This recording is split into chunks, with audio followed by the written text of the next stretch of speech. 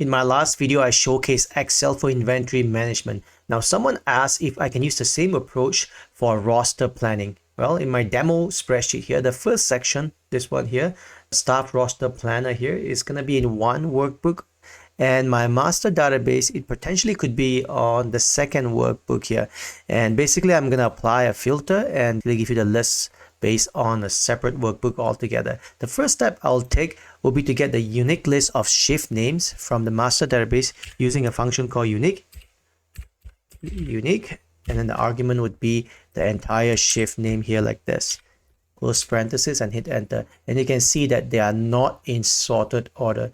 So basically, in order to get a sorted order, you could encapsulate the unit function with the sort function like that, and you get the sorted values.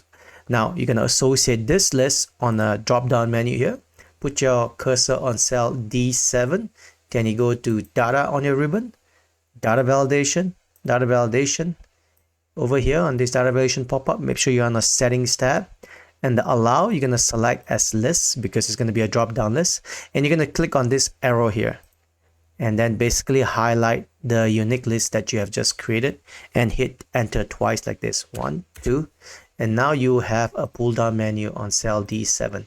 Now to display the filtered list on whatever you have selected as filter in here, put your cursor on cell B10 and say equal filter.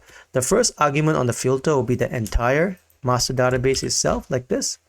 And then the second argument is your condition for your filter. So it's going to be your column on shift, which is column H for me, the entire column like this.